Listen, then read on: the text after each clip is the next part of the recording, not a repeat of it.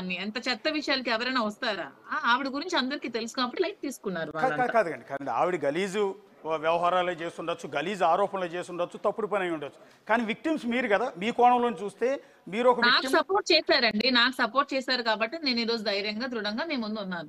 So Srinu గారికి అది wife and husband విషయం కాబట్టి వాళ్ళు డైరెక్ట్ గా ఇంటర్ఫీర్ అవ్వరు. ఇంకేదైనా ప్రాబ్లం వస్తే ఖచ్చితంగా ఉంటారు. నాకైతే సపోర్ట్ చేశారు. యాక్చువల్లీ మా సంప్రదాయం కాదు, అయినా కూడా మనం ఒకటి అడుగుతూ ఉన్నాను. ఎప్పుడుదో కావాలని ఇది పొలిటికల్ గేమ్ కూడా అయి ఉండొచ్చు. ఎప్పుడో ఒక పెట్రోల్ బంకుకు సంబంధించిన వ్యవహారంలో దువ్వాడ సీను గారు ఎవరినో గట్టిగా మాట్లాడుతుంది, అది బెదిరిస్తున్నట్టుగా ఉంది, తిడుతున్నట్టుగా ఉంది.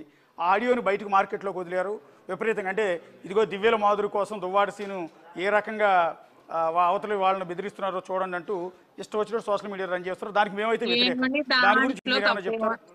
దాంట్లో తప్పేమైనా ఉందా?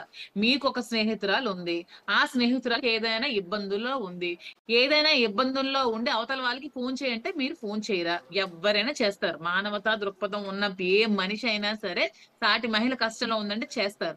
నేను ఆ సేల్స్ మేనేజర్ తో నా బంక్ లో నేను ప్రాబ్లం ఫేస్ చేస్తాను. హీఈస్ ది చీటర్, వాడు ఒక చీటర్ అట్ సేల్స్ మేనేజర్. నేను ఆ సేల్స్ మేనేజర్ తో ప్రాబ్లం ఫేస్ చేసి చీటర్ కాబట్టి 4 నెలల నుంచి ఎప్పుడో 6-8 నెలల క్రితం జరిగిన వాయిస్ క్లిప్పింగ్ ని ఈ రోజు తీసుకొచ్చి రాజకీయంగా వాడాలని చూశాడు.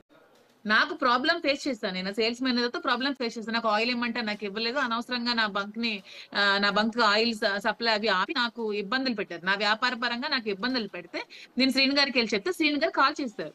శ్రీను గారు స్టార్టింగ్ లో మీరు చూడండి నార్మల్ గానే మాట్లాడితే, వాడు ఎక్స్ట్రా ఎక్కువ రెచ్చిపోయి మాట్లాడితే ఎవరికైనా కోపం వస్తుంది. ఆ కోపాల్లో ఒక 2 మాటలు మాట్లాడారు, దాంట్లో తప్పుడు మాటలు ఏమీ లేవు. మీకు అభ్యంతరం లేకపోతే ఒక్కసారి ఆడియో ప్లే చేయమంటారా?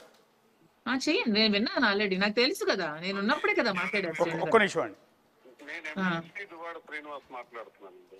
ఓకే చెప్పండి. ఇప్పుడు మనం బంక్ ఒకటి మాట్లాడాం తలగాం దగ్గర, ఇప్పుడు మా మాధురి వాళ్ళది అది ప్రాసెస్ మీ పై ఆఫీసర్స్ తో కూడా మాట్లాడాను. మీకు చెప్పారంట అది ఫర్దర్ ఒక లెటర్ కూడా పెట్టారు. ఎంతవరకు వచ్చింది? మాకు ఆ బంక్ అర్జెంట్ గా కావాలి, it has to be reopened as soon as possible. It cannot be done as soon as possible. It has been terminated. మీ పై ఆఫీసర్స్ అయిపోతుంది మీతో అంటే ఏంటి ఇవ్వాలనుకుంటున్నారో లేదా ఏంటి చెప్పండి నాకు. It has been terminated. Okay. It has been terminated. Okay.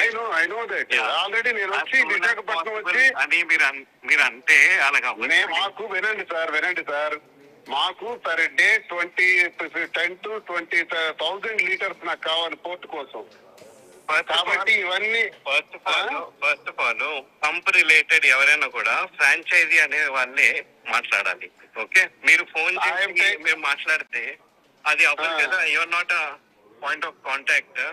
I am the authorized person there for that. You are not an authorized person. Are you arguing with me? I'm not arguing with me. I'm not arguing with then how you are saying you are not an authorized person. I am an authorized so you should not speak like that. You should not speak like that. I am asking me your DM and no they did speak like that. One minute. You are not authorized person.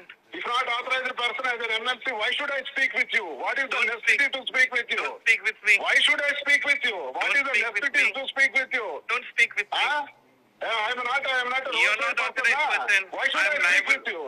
What is the necessity to speak with you? Don't speak with me, please. I am asking you, your manager, your DM told me, Hello, your sir. DM told me to speak with you.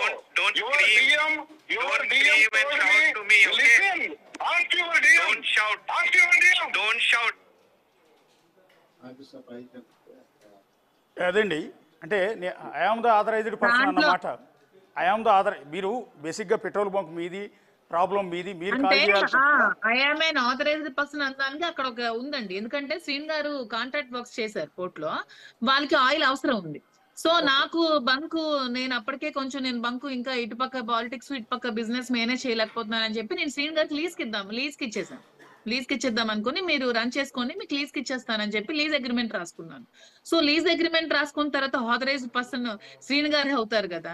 So దాని ప్రకారం అతను మాట్లాడారు. అంటే authorisation నేను ఇచ్చాను కాబట్టి authorised person గా అతను మాట్లాడారు. దాన్ని తప్పుగా పట్టడానికి ఇందులో ఏం లేదండి. అది కూడా ఆ మనిషి కూడా టీడీపీ సేల్స్ మేనేజర్ ఆ అబ్బాయి. సో అందుకనే ఈ టైంలో ఆడియో రిలీజ్ చేశాడు. అది మీరు అర్థం చేసుకోండి, ఇందులో రాజకీయ కుట్ర క్లియర్ గా అర్థం చేసుకోండి. ఎందుకో 8 నెలల 6 నెలల ముందు జరిగిన ఆ వాయిస్ రికార్డ్ ని ఉంచుకొని ఇంటెన్షనల్ గా బయటికి పంపించారంటే ఇందులో క్లియర్ గా అర్థం అవుతుంది కదా మీకే. నేను ఆథరైజేషన్ ఇచ్చినప్పుడు ఆథరైజ్ పర్సన్ నేను మీకు రిలీజ్ కి ఇచ్చాను అనుకోండి, మీరే కదా ఆథరైజ్ పర్సన్ అవుతారు. సో అలాగే నేను బంక్ అతనికి రిలీజ్ కి ఇచ్చాను, అందుకే అతను ఆథరైజ్ పర్సన్ అవుతారు. కాబట్టి ఆ రైట్ తో అతను కాల్ చేసి సేల్స్ మేనేజర్ అడిగాడు. అతను కొంచెం ర్యాష్ గా మాట్లాడారు కాబట్టి అతను కొంచెం రియాక్ట్ అవ్వాల్సి వచ్చింది. ఎవరైనా ఆ ప్లేస్ లో ఎవరున్నా అలాగే రియాక్ట్ అవుతారు. నేనున్నా అలాగే రియాక్ట్ అవుతాను, మీరున్నా అలాగే రియాక్ట్ అవుతారు. దాంట్లో తప్పేమీ లేదు. మేడం ఫైనల్గా ఇప్పుడు ఏదైతే ఇంటి దగ్గర కూర్చుని వాణి వాళ్ళ అమ్మాయి హైందవి ప్రొటెస్ట్ చేస్తూ ఉన్నారు, ఒకవేళ ఈ గోలంతా ఎందుకు, ఈ టార్చర్ భరించలేకపోతున్నానని దువ్వాడ శ్రీని గారు కనుక ఆ బిల్డింగ్ని